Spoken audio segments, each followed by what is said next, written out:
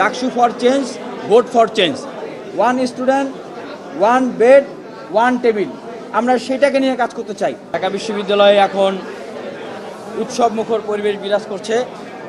ঢাকা বিশ্ববিদ্যালয়ের একদম প্রথম বর্ষ থেকে শুরু করে প্রত্যেকটা শিক্ষার্থী ভাবতে পারছে আগামী দিনের ঢাকা বিশ্ববিদ্যালয় কিভাবে পরিচালিত হবে এবং আগামী দিনে ঢাকা বিশ্ববিদ্যালয়ের নীতি নির্ধারণ এবং বাস্তবায়নের ক্ষেত্রে তারা অংশীজন হতে পারবে, এটা ঢাকা বিশ্ববিদ্যালয়ের শিক্ষার্থীরা ভাবতে পারছে। এর চেয়ে আর আগামী দিনে ঢাকা বিশ্ববিদ্যালয় বিনির্মাণের যে শক্তি এখন সেটা শিক্ষার্থীদের হাতে। এর চেয়ে বিউটি অফ ডেমোক্রেসি ঢাকা বিশ্ববিদ্যালয়ে আর হয় না। ডাকসু নির্বাচন ছাড়া এটা আমরা কোনোভাবেই আসলে চিন্তা করতে পারতাম না। আমরা অনেক ফাইট করেছি, অনেক লড়াই করেছি, আমি নিজে অনশন করেছি, অবস্থান কর্মসূচি করেছি, প্রতিবাদ করেছি। বিশ্ববিদ্যালয়ের অধিকারকামী সচেতন শিক্ষার্থীরা সেখানে সমর্থন দিয়েছেন, অংশগ্রহণ করেছেন। সর্বোপরি বিশ্ববিদ্যালয়ের শিক্ষার্থীদের এই যে চাওয়া সেটি বাস্তবায়ন হতে যাচ্ছে। আজকে আমরা মনোনয়ন সংগ্রহ করেছি।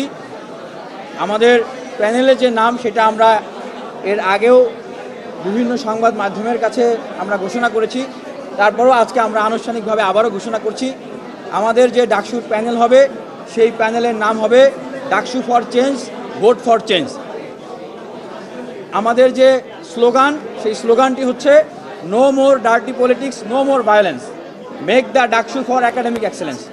কারণ আমরা আর বিগত দিনের সেই যে লেজুর ভিত্তির রাজনীতি, পেশিশক্তির রাজনীতি, দখলদারিত্বের রাজনীতি, সেই রাজনীতিতে আর ফেরত যেতে চাই না।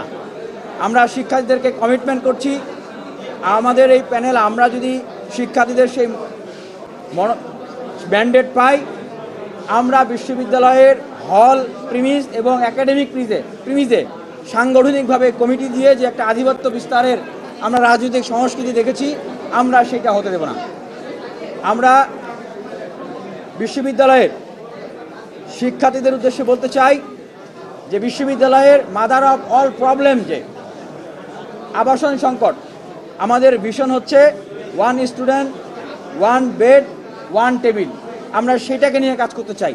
ঢাকা বিশ্ববিদ্যালয়ে একটা বৈষম্য আছে, দেখেন ছেলেদের হল 8টা হল, এক্সটেনশন আছে, মেয়েদের মাত্র 5টা হল। আমরা সেই বৈষম্য চাই না এবং আমরা প্রথম বর্ষ দ্বিতীয় বর্ষের শিক্ষার্থীদেরকে আশ্বস্ত করতে চাই, আমরা যদি আপনাদের ম্যান্ডেট পাই, এখনও ভাইয়া পলিটিক্স, আবু পলিটিক্সের সূচনা হচ্ছে।